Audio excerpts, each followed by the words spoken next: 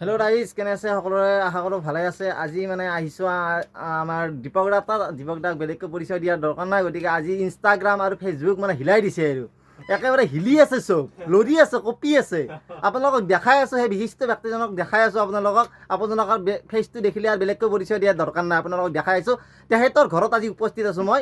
গতিকে আপোনালোকক দেখাই আছোঁ, চাই থাকক। নমস্কাৰ। কেনে অনুভৱ আপোনাৰ এই যে আপোনাৰ গান যে মানে এতিয়া ইনষ্টাগ্ৰাম ফেচবুক অসমত যে পুৰা হিলাই আছে, মানে ইনষ্টাগ্ৰামটো টানিবই নোৱাৰি, এনেকুৱাকৈ টানি দিলে মানে সেইটোৱে আহি যায়। নাই অনুভৱ মানে মই খুব এটা এক্সাইটেড হোৱা নাই, কিয় তাৰমানে গানটো আচলতে 4 বছৰ আগৰ গান। গতিকে আৰু গানটো সেই 4 বছৰ আগৰ কথা কৈ আছোঁ দেই। 4 বছৰ আগতে মই ভবা নাছিলোঁ গানটো এনেকুৱা হ'ব, আৰু মই বিচৰা নাছিলোঁ এনেকুৱা হওক। তাতে মোৰ ইচ্ছাৰ বিৰুদ্ধে মই গানটো গাইছোঁ। হয় নেকি? প্ৰথম কথা এইটো। প্ৰথম কথা তেতিয়া আৰু বন্ধু এজনে ক'লে গানটো গা, মই গাব খোজা নাছিলোঁ। পিছত গালো, ধৰা আমি এইটো কৰিয়ে চলি আছোঁ, গানটো গালে 2-4 পইচা পাম বা আমিতো তোৰ পইচাৰ কাৰণে কৰোঁ। গাই দিলোঁ, গাই দিয়াৰ পিছত 2020ত গানটো ৰিলিজ হ'ল মাৰ্চৰ 9 তাৰিখ 2020 ৰিলিজৰ পিছত গানটো মই ক'তো শ্বেয়াৰ কৰা নাই আজিলৈকে। ষ্টিল এতিয়ালৈকে মই মোৰ নিজৰ একাউণ্টত বা মোৰ হেৰিত তাকো মই শ্বেয়াৰ কৰোঁ। কোনোবাই বিচাৰিলে হয়তো লিংকটো দিছোঁ, কিন্তু মই শ্বেয়াৰ কৰা নাই। 2001ৰ লাষ্টৰ ফালে অলপ ভাইৰেল হৈছে, আজিৰ দৰে নহয়। 2001ৰ লাষ্টৰ ফালে 2021 নাই 21ৰ লাষ্টৰ ফালে অলপ ভাইৰেল হৈছে। ভাইৰেল হওঁতে ভাবিলোঁ গানটো কিমান মান ভিউ আহিছিল তেতিয়া? 2021 মানত ধৰি লওক 21 মানত 1 লাখ চুব, আৰু 1 লাখ হোৱা নাই। বহুতে হৈছেতো। 1 লাখ হোৱা নাই। এইটো গান ইমান মানুহ কিয় শুনিছে? তাৰপিছত ইমান নাছিলে। এই লাষ্ট আগষ্টৰ পিছত আৰু ছেপ্টেম্বৰ মানৰ পৰা কোনোবাই গানটো ৰিল বনাই মোক শ্বেয়াৰ কৰিছে, মোৰ চিনাকিখিনি গান বনাইছে। গানটো পুৰা গানটো আছে নেকি? পুৰা গানটো আছে, লিংকটো দিয়া না বন্ধু। এনেকুৱা লিংকটো দিওঁ এনেকৈ। তাৰপিছত আজি এটা ৰিল চাওঁ, কালি এটা চাওঁ, পৰহি এটা, মানে এনেকুৱা হৈ গ'ল গানটো। এই যে মই বাহিৰত ওলালে, এই কি দাদা ফুল তুলি আহিলা কথা ইমান হিৰ হ'ল। এইটোৱে আৰু অনুভৱ, মানে কি ভালো লাগে দিয়াচোন। এতিয়া ভাল লাগিছে। এতিয়া ভাবিছিলোঁ ইমান বেয়া গান লগা, কিন্তু কথা হ'ল কি গানটোৰ মাজত হয়তো কিবা এটা মানুহে বিচাৰি পাইছে। এণ্টাৰটেইনমেণ্ট পাইছে, খুব মানে কোনো চিন্তা কৰিব লগা কথা নাই। গানৰ লিৰিক্স আৰু কোনো গ্ৰামাৰ চামাৰ নাই। গ্ৰামাৰ ভুল ধৰে, মই 2-এটা কমেণ্টত পঢ়িছোঁ আৰু নহয় সেইটো মানে এইটো গানটো মানে লজিকেৰে গানটো মানে সিমান এটা নহয়, একচুৱেলি এইটো এণ্টাৰটেইনমেণ্ট, ফুল এণ্টাৰটেইনমেণ্ট মানে মেনশ্যনে কৰা হৈছে কমেডি সং বুলি। গতিকে এতিয়া ভালে লাগিছে। সেইটো ভাল মানে মই ভবা নাছিলোঁ আপোনাৰ যে ঘৰ নলবাৰীত, যে মই সেইটো ভবা নাছিলোঁ। মই ভাবিছিলোঁ ক'ৰবাত আপাৰ আছাম চাইড নেকি বা সেনেকুৱা বুলি ভাবিছিলোঁ মই, কিন্তু নলবাৰীত বোলে মানুহে কওঁতে মই নলবাৰী আচৰিত হৈ গৈছোঁ। মই আমাৰ কাষতে এনেকুৱা মই আচলতে কি জানানে, মই কাম নাথাকিলে খুব কম ওলাওঁ, 1 নম্বৰ কথা। আৰু মই ছ'চিয়েল মিডিয়াত এনে যধে মধে কিছুমান পষ্ট দি নাথাকোঁ। এনে মিছাই যে কিছুমান ধৰা নিজৰ ফটোখন দিলে বা এটা নিজৰ ভিডিঅ' দিলে, গানটো বেলেগৰ বাজি আছে অডিঅ'টো, সেইটো কাম মই বেয়া পাওঁ। সেইটো কাৰণে হয়তো তুমি নাজানা, তুমি আপুনিতো এনে বহু গানেই ৰেকৰ্ড কৰিছে ধৰি লওক। বহুত দুখৰ বিষয় এইটোৱে, বহুত চিৰিয়াছ গান গালোঁ, বহুত ভাল গান গালোঁ, কিন্তু সীমিত সংখ্যক মানুহে শুনিছে। কিন্তু সেইবিলাক মানুহ ধৰা মানে অডিয়েঞ্চৰ স্পেচিফিক অডিয়েঞ্চ, স্পেচিফিক, আৰু মানুহে মানে শুনাতেও কষ্ট কৰিব নোখোজে আজিকালি, গম পাই নে নহয়? সেইটো কথা কষ্টটো মানে ইনষ্টাগ্ৰামত যিটো সহজে বুজি পোৱা যায়, যিটো মানে মাইণ্ডত একেবাৰে সোমাই যাব, তাতে চালে ফুৰ্তি কৰিলে খালে পেলাই দিলে। মানে আজি দীপক দাৰ তাত আহিছোঁ, আপোনালোকক দেখাই আছোঁ। মানে দীপক দাৰ মানে এইটো ডাবিং, এইটো ৰুম হয়। ইয়াতে মানে ডাবিং কৰে গান, বিভিন্ন গানৰ সৃষ্টি হয় ইয়াতে কৰে, আৰু দেখাই দিছোঁ। এইটো বঢ়িয়াকৈ আছে এইটো ৰুম, দেখাই দিছোঁ আপোনাক, সকলো দেখাই আছোঁ আপোনালোকক। অলপমান ধৈৰ্য ধৰক, এইবিলাক ড্ৰাম। এইটো কেনে অনুভৱ?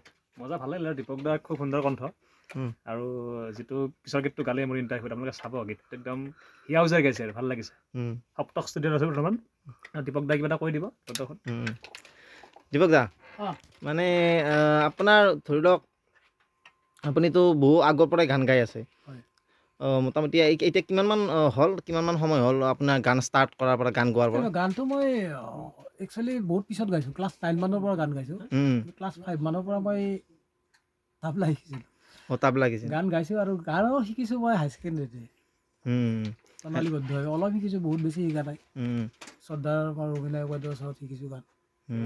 তেখেতৰ ওচৰত শিকি আৰু তেতিয়া আমাৰ মানে কেনেকুৱা আছিল, ইমান বেছি সময় দিব নোৱাৰোঁ, পইচাটো মাথাটো মাৰি গ'ল, পইচা কামাব লাগে, সেইটোৱে। সেইটো কিন্তু আপুনি নিজে গোৱা গান মানে আপোনাৰ নিজে গোৱা গান মই আপুনি দৰ্শকে যদি চাব বিচাৰে বা শুনিব বিচাৰে ক'ত শুনিব পাৰিব? মোৰ এটা ডিডি সপ্তক বুলি এটা চেনেল আছে, ডিডি সপ্তক ষ্টুডিঅ'টোৰ নাম। তাত মই কিছুমান গান আপলোড কৰোঁ আৰু মোৰ নিজৰ গানখিনি সেই চেনেলটোত পাব আৰু। ঠিক আছে, আপুনি যদি একবাৰ গানটো অলপমান গুণগুণাই দিয়ে, এইটো ভাইৰেল যে হৈ আছে তেতিয়া ভাল লাগিব আৰু আকৌ হয়তো অলপমান অলপ গাই দিছোঁ গীটাৰটো ভাল হয় নেকি? গীটাৰটো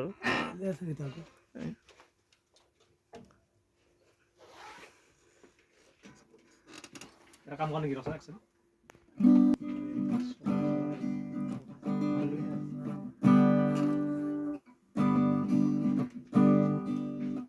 পুৱাই পুৱাই ফুল তুলিবা তোমাৰ ঘৰত মই যোৱা, পুৱাই পুৱাই ফুল তুলিবা তোমাৰ ঘৰত মই যোৱা, ফুল বুলি হাতত ধৰিলো, ফুল বুলি হাতত ধৰিলো, ফুল বুলি হাতত ধৰিলো, আৰু ঘপককে প্ৰেম হৈ গায়া মে দিৱালী বাৰি মস্তানী, আমেৰিকা লণ্ডনত কত ফুল ফৰেনত, আমেৰিকা লণ্ডনত কত ফুল ফৰেনত, তুমি বুলি হাতত ধৰিলো, তুমি বুলি হাতত ধৰিলো, তুমি বুলি হাতত ধৰিলো, আৰু ঘপককে সাৰ পাই গেলো মে দিৱালী বাৰি মস্তানী, মে দিৱালী বাৰি মস্তানী। বঢ়িয়া বঢ়িয়া বঢ়িয়া বঢ়িয়া বঢ়িয়া ভাল লাগিছে, বহুত ভাল লাগিছে মানে শুনি।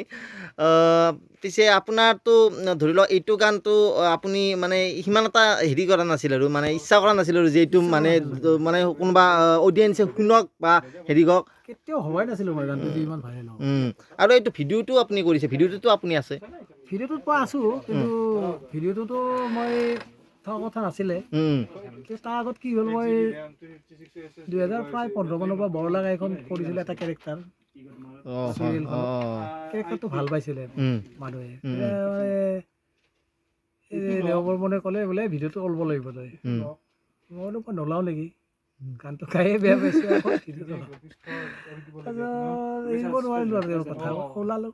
ওলাই অলপ মায়ঙত শ্বুটিং হৈছিলে গান। ক'ত হৈছিল? মায়াং, নগাঁও মায়াং শ্বুটিং হোৱাৰ পিছত তাত অলপ পৰিৱেশটো ভালো লাগিল। এতিয়া আৰু কি আৰু এজ এন আৰ্টিষ্ট ধৰা মোক ডাইৰেক্টৰে যি ক'ব শুনিবই লাগিব। ডাইৰেক্টৰে কৈ আছে যে এনেকে কৰক, দিব দে এনেকে কৰক, বডিটো এনেকে দিয়ক, অলপ চকুৰ এক্সপ্ৰেছন দিয়ক, আৰু এই বস্তুটো মোৰ আছে হয়তো ব্লাডত। মই এক্টিংটো ভাল পাওঁ, সৰুৰে পৰা এক্টিঙো কৰিছিলোঁ। এক্টিং কৰিছিলোঁ মানে মাজত বাদ দিছিলোঁ, আৰু বহু বছৰ পিছত এই বৰলা কাই আৰু মোক উদ্ধাৰ কৰিলে এজন এক্টৰ। হয়, আপুনি মানে সেনেকুৱা ধৰণৰ গীত গোৱা নাছিল নে মানে এনেকুৱা, বা আপুনি চিৰিয়াছনেছ বা অলপমান কামনেছ থকা গীতে গাই আছিল ধৰি লওক, গতিকে সেইটো দিশত যাবলৈ সেইকাৰণে আপোনাৰ ধৰি লওক ইচ্ছাটো সিমান যোৱা নাছিল, অলপমান ব্যতিক্ৰম আছিলতো, বস্তুটো ব্যতিক্ৰম আছিলতো, কিন্তু ভিডিঅ'টো চাই খুব ভাল পাইছোঁ, মই খুব ভাল পাইছোঁ। আৰু কি জানেনে, ময়ো এই গানটো এই কেইদিনমান গুণগুণাই আছোঁ, মানে মোৰ গান গাব নাজানো মই, কিন্তু গানটো মানে মোৰ কিবা এনিতে মনত আহি থাকে, মানে এনেকুৱা হৈ গৈছে মানে এই গানটো মানে। আৰু এটা কথা হৈছে মানে এই বাচ্ছাবিলাকে কিবা এটা গানটো খুব ভাল পায়, বাচ্ছাবিলাকে গাই থাকে, তেতিয়া মই লাহে লাহে ভাবিলোঁ গানটো কিবা এটা আছে, বনাব লাগিব এনেকুৱা। নহয়, বনাব লাগিব, এনেকুৱা মানে শুনিবৰ ইচ্ছা আছে আপোনাৰ কণ্ঠত এনেকুৱা গান, মানে আপোনাৰ ভইচটোৰ লগত বঢ়িয়াকৈ ভিডিঅ' চিডিঅ' সকলোবোৰ পাৰফেক্টলি মিলি গৈছে, কিন্তু ভিডিঅ'টো ভাল হৈছে। পিছে আপোনাৰ এইটো ষ্টুডিঅ' আৰু আপুনি মানে মই একচুৱেলি এইটো 19 ডিচেম্বৰত অপেনিং কৰিছোঁ আৰু মই এইটো লাইনত বহুত 1995ৰ পৰা জড়িত আৰু মই 1996ত প্ৰথম মানে মিউজিক মেগাজিনত কাম কৰিছোঁ এজ এন এছিষ্টেণ্ট ৰেকৰ্ডিষ্ট। তেতিয়াৰ পৰা জাৰ্ণি আৰু। আপোনাৰ জন্ম নলবাৰীতে? নলবাৰীতে, মই একদম জন্ম জেগাতে আছে।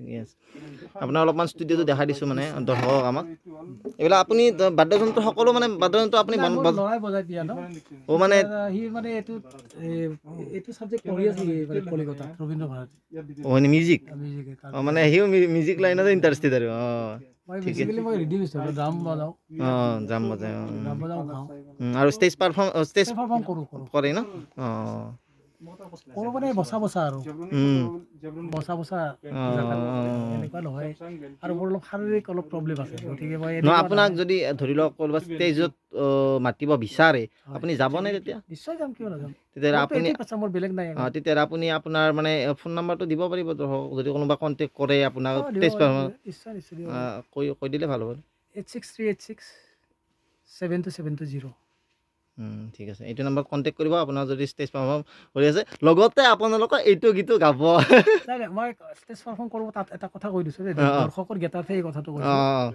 মই কিন্তু অলপ বেলেগ টাইপ গান গাওঁ চুফিয়ানা বা ক্লাছিকেল অলপ চিৰিয়াছ গান গাওঁ এতিয়া এইটো গান কোনোবাই বিচাৰিলে হয়তো গাম কিন্তু এনেকুৱা নহয় মই এইটো গানেই প্ৰথমতে গাই দিম বা এনেকুৱা ধৰণৰ গানেই গাই থাকিম মই এনেকুৱা যদি আপুনি ৰচা এটি গীত মানে আপুনি নিজে ৰচা গীত এটি অলপমান গুণগুণাই দিয়ে ভাল লাগিলে মই নিজে ৰচা নহয় মানে ৰচা নহয় নিজে গোৱা মই একচুৱেলি কম্প'জহে কৰোঁ গান মোৰ লিখা অভ্যাস নাই মই মেক্সিমাম প্ৰণৱ বৰ্মৰ গান বহুত গাইছোঁ তাৰপিছত এজন কবি আছে গিৰীন গোপৰ গান গাইছোঁ এটা মই অলপতে গান এটা কৰিছোঁ গিৰীন গোপৰ মানে ৰিলিজ কৰা নাই মই গানটো হা অলপ গাই দিছোঁ জীৱনমুখী গান এনেকুৱা আৰু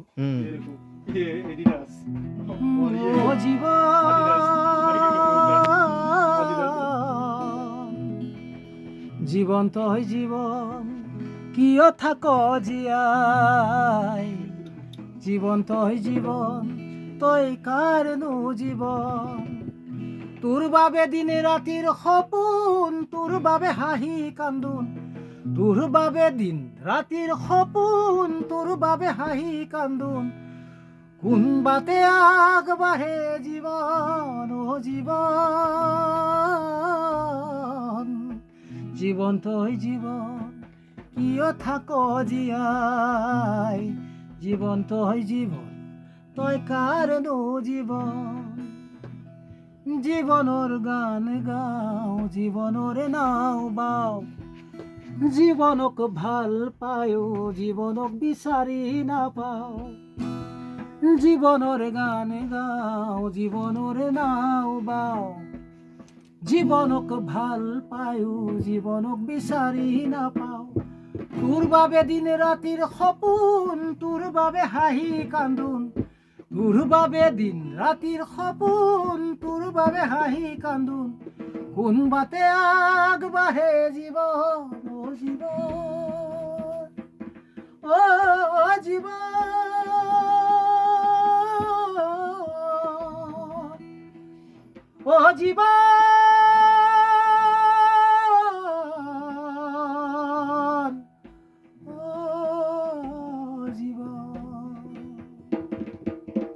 ঠিক আছে আপোনাক লগ পাই বহুত ভাল লাগিল আজি আহিলোঁ আপোনাৰ ঘৰত ধন্যবাদ আহিবা আৰু মাজে মাজে আহিম নিশ্চয় আহিম ঠিক আছে